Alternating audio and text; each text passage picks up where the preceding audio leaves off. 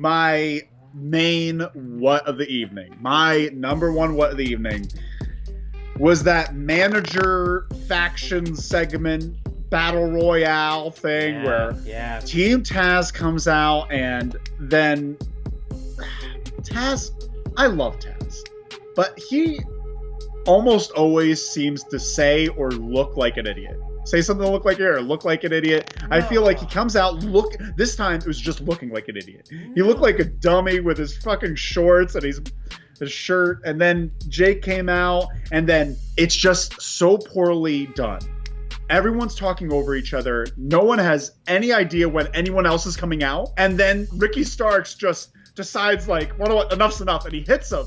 He hits Lance Archer. Then this brawl ensues that no one looked good. No one looked good. I think it hurt Lance Archer and Brian Cage completely. I think it hurt those two. It sucks when one wrestler hits another wrestler and that they don't see it coming. Like in this instance, I assume that's what happened. That's the issue. Like you said, Lance Archer didn't know he was going to hit him. Why? Why didn't anyone know who was going to start the brawl? Why wasn't anyone ready? It felt like everything about that segment, and I get the idea that they're not scripted. I get that. Well, if you're not going to be scripted, have stronger time restraints. For me, it just broke down sadly when Eddie Kingston showed up. And nothing against him. He's in the middle of, like, kind of doing this fiery promo at all of them. Then Lance Archer, like, is just screwing up the flow where, like, he says something to Lance, and Lance jumps and acts like he's going to attack Eddie Kingston, forcing Eddie to stop and talk about it. It's like, hey, he, like, insults him. Then when that happens, Shawn Spears walks by, and so Eddie makes a moment to kind of look at Shawn Spears, and it's kind of like a bigger, like, oh. But as that's happening, someone makes fun of Eddie Kingston for not talking anymore. It just breaks down from there, like, and I don't think it's Eddie's fault. No, it's not Eddie's fault. It's not Eddie's fault. I don't think it's Lance Archer's fault. I kind of think it's Jake the Snake's fault. But, like, for the majority of the main thing, it's the producer's fault. I think it's the producers in the back, because they have why did they send Shawn Spears and Tully out there in the middle of this? Maybe if they were supposed to come out at a certain time, it felt like nothing was communicated.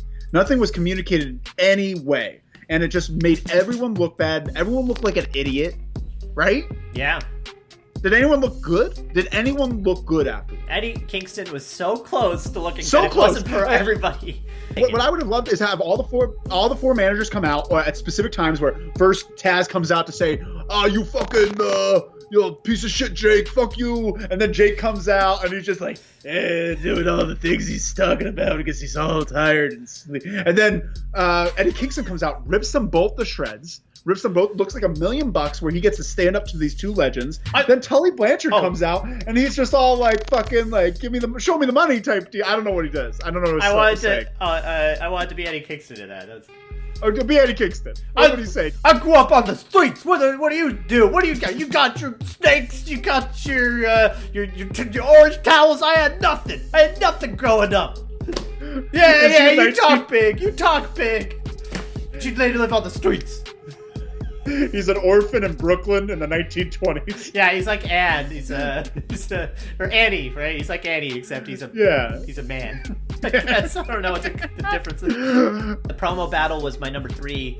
I called it the sloppy battle royale, which is really gross to read right now. I don't know why. I don't like reading those words. I like that. I want that to be. That's a gimmick. Oh my God, we should have the sloppy battle royale. Mow it. I'm writing this down. We have Be Like Mow It, Cap and Comeback, sloppy battle royale. Continue.